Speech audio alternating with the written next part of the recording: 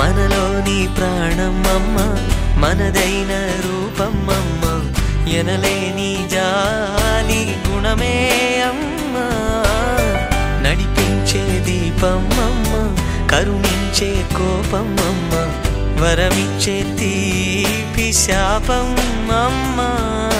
నాయాలి అమ్మగా అవుతుండగా జోలాలి పాడన కమ్మగా కమ్మగా.